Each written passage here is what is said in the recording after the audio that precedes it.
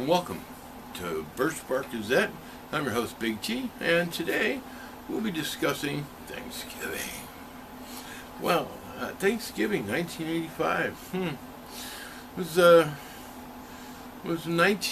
I turned 19 on the 26th of October, so I was 19 years old, and my first Thanksgiving was on my own, was actually at the Glory Hole Homeless Shelter.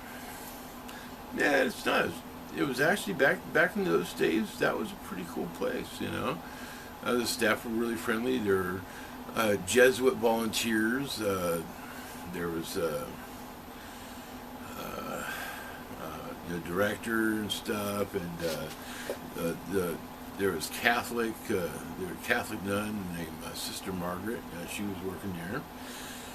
And Father Dunphy, another Catholic priest, would come down and mingle with the homeless people. Maybe if you're down on your luck, don't got any money, and Father Dunphy would, slip you a 20 or something like that, And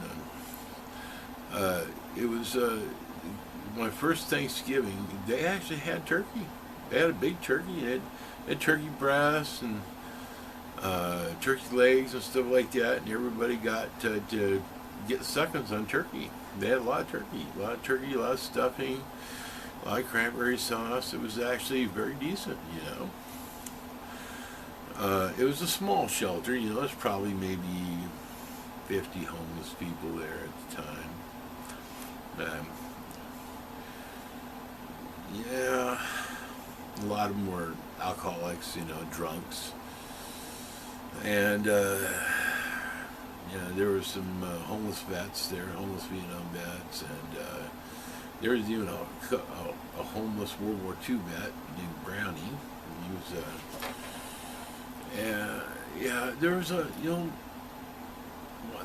there was a lot of really nice people. Even though there were a lot of people, like there was a guy named Doughboy.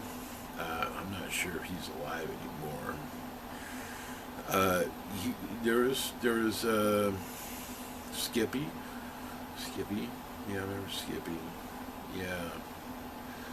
A lot of Danny, I remember this guy named Danny. He was on crutches. He had one leg. And even though these people were alcoholics, panhandlers trying to get money to buy the next bottle of white port or vodka, PA vodka, they were really nice people, and a lot of them real personable. Being homeless for me wasn't really a real bad experience. The first 5 years I was homeless, it wasn't a bad experience. The last 2 years of my existence in Juneau was, well, let's just say you don't turn the police department into the state troopers and get them in trouble and get away with it. But that's a story for another matter. Well, the thing is, my homeless experience wasn't really as bad as it could have been. Like, say, in Seattle or San Francisco or L.A. or, Chicago or New York. It could have been a lot worse.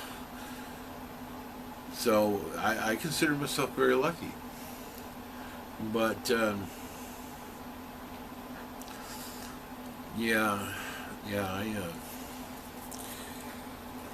was, I worked many odd jobs. I even washed dishes at a Mexican restaurant one time just for funsies.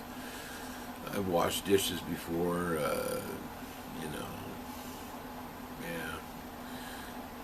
It wasn't as bad as it could have been.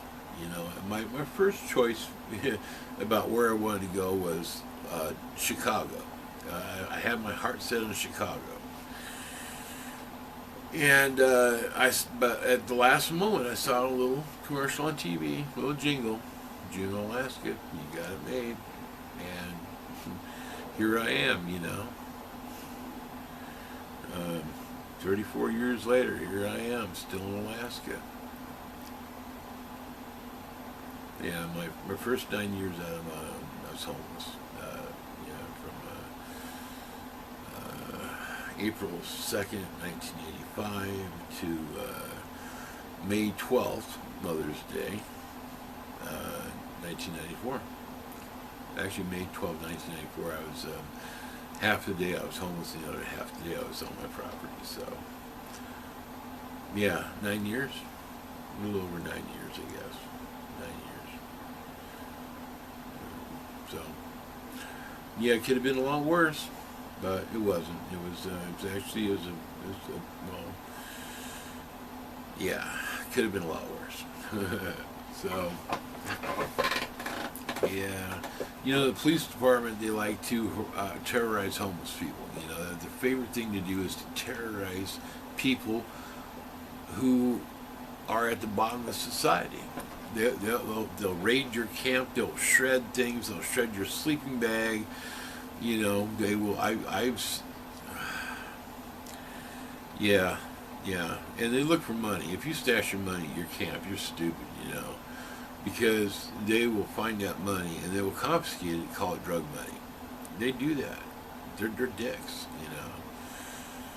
And I gotta tell you,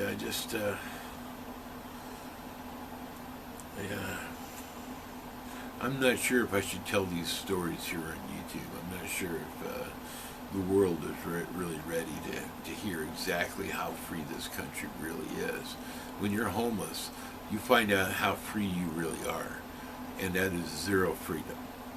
You know, oh sure, you can go vote and get married and sue people, but the right to have a, you know, safe place to sleep that's dry, where you're not worried about somebody mugging you or knifing you or police harassing you all the time, terrorizing you. Yeah, you know, you don't have the right to have a good place to sleep. I'll give case in point. Sitting Bro at Juneau had told the homeless people, look, if we catch you sleeping downtown Juneau, we'll cite you for disorderly conduct. If you need a place to sleep, go sleep in the mine ruins.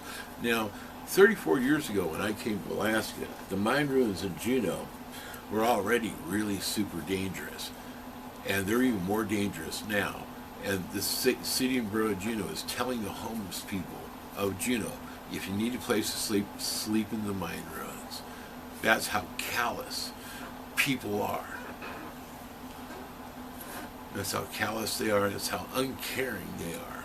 You know, people that live in big fancy houses and drive expensive cars and have good paying jobs treat homeless people like garbage.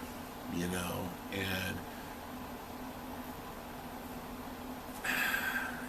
and for those people to expect respect from a homeless person to them when they won't even show you the slightest amount of decency, yeah, that's really wrong. It's tragic and it shouldn't be happening. This is the United States of America. We're supposed to be a free country. We're supposed to have rights. We're supposed to have this. We're supposed to have that. But if you don't live in a residential address, as I have found out the hard way, you have no rights. I'm not sure YouTube is ready for these stories. I'm not sure anybody's ready to hear it. But this country needs to wake up. Well, that's all I have to say. So, thank you very much for watching. Please rate, comment, subscribe, thumb me up, thumb me down, and comment. I was going to say send me a video response. I don't think you do that anymore. So, just, you know, comment, thumb me up, or tell me I suck, thumb me down. It's still activity. All right, thanks very much for watching. See you later.